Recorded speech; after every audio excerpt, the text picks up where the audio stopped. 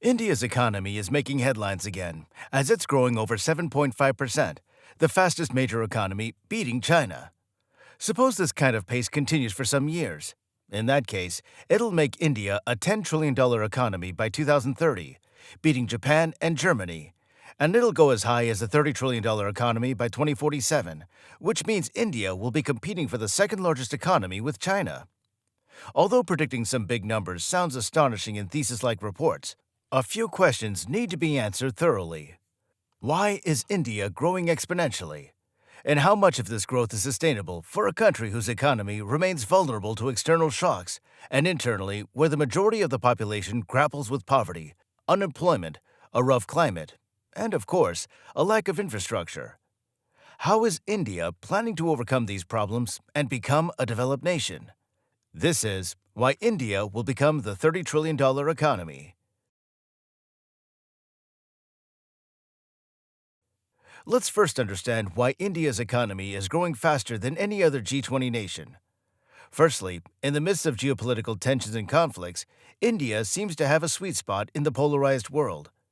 Its current government, the BJP, and PM Modi will likely run the country for the third term in a row, which will lead to growth and foreign relations policies, achieving close relations with both G20 nations and BRICS nations.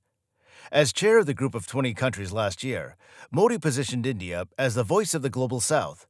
Its foreign policy clearly positions itself as a nonpartisan nation in the international arena, which is also helping to thrive in exports multidirectionally. The Make in India initiative, which seeks to position the nation as a global manufacturing powerhouse to compete with China, is acknowledged for having contributed to a rise in yearly foreign direct investment of more than 40% since 2014. The efforts led India to receive $919 billion in FDI by 2023, of which $595 billion came in just the last 8 to 9 years. International corporations such as Microsoft, Tesla, Amazon, Walmart, Google, Meta, and many more have started investing heavily in India's market in order to capitalize on the growing consumer market. Besides lobbying U.S. businesses, Modi's government has also increased relationships in the Middle East, like the UAE, Israel, and Iran. Furthermore, India surpassed China in 2023 with an 11.4% increase in service exports to $345 billion. You see, India is home to many talented engineers and entrepreneurs, which led them to build 111 unicorns, making it the third largest unicorn hub globally after the US and China. Export services continue to expand due to the superior digital infrastructure and the availability of youthful, educated labor. No wonder why. India sends more than 3 million highly educated migrants abroad, making up to 26% of the global export market. Despite showing such potential to grow, according to many economists, achieving a consistent 8% pace would be extremely difficult for India. In fact, it needs to expand beyond that, with an annual average economic growth of 9.2% between 2030 and 2040, 8.8% between 2040 and 2047, and 9% between 2030 and 2047 to become a fully developed nation. The World Bank classifies countries into different income brackets, and as per their classification, a high-income country has a per capita income of $13,205 or more. The International Monetary Fund uses additional criteria, such as export diversification and financial integration, to categorize advanced economies. For India to join this league, a significant increase in per capita GDP is required, from the current $2,500 to $22,000. So, what's India's plan for doing that? The phrase Viksit Bharat, or developed India, has come to define Modi's economic vision. Even the central bank is developing a clear strategic roadmap document called Vision India at 2047. The document uses lots of data and projections to conclude that India could become a developed country by 2047, with an average annual real GDP growth rate of 7.6% sustained over the next 25 years. The document also tries to back up their vision with cross-country experience, indicating South Korea, Singapore, and China. China was an extreme example of the most successful development strategy of the modern era. This was also Japan's path, But so far, India has followed a very different path, now looking to transform. To achieve this, India must address four crucial development areas: building better infrastructure, raising the skills and participation of the workforce, and setting up more factories to create jobs.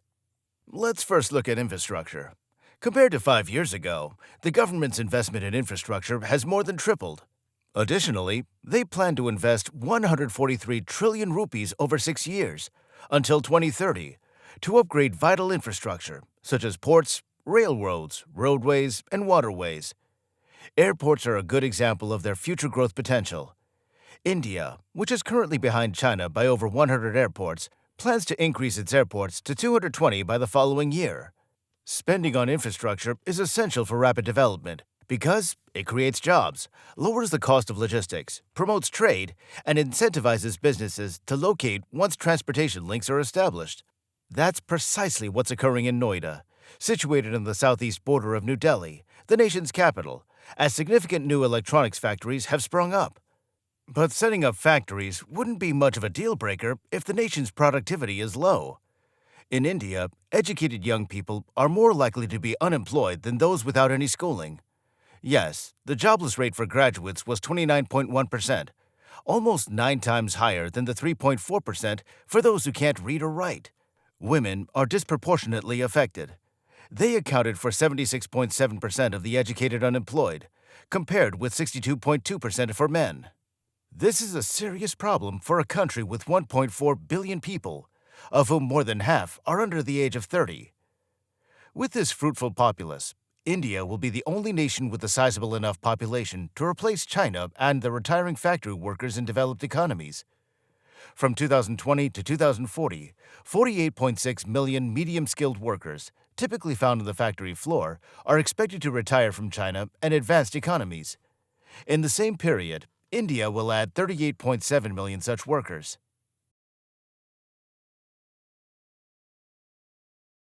Despite all the potential and optimism, analysts think that India's $3.5 trillion economy is still far smaller than China's $17.8 trillion economy, and it'll take a very long time for them to catch up. Manufacturing is one of the main deal breakers. In 2023, it still only made roughly about 15.8% of India's GDP, while China's share was 26.4%. In a best-case scenario, even if the country's manufacturing sector grows by 3 percentage points faster than the overall growth, India would not achieve a 25% manufacturing share until 2040. As mentioned, a significant challenge facing India is the labor force participation rate. At 55.4%, India has one of the lowest labor participation rates in the world, while China's rate is 76%. Then there's the need to house all those workers as they shift from rural areas to cities. India's urban population is only 36%, while China's is 64%.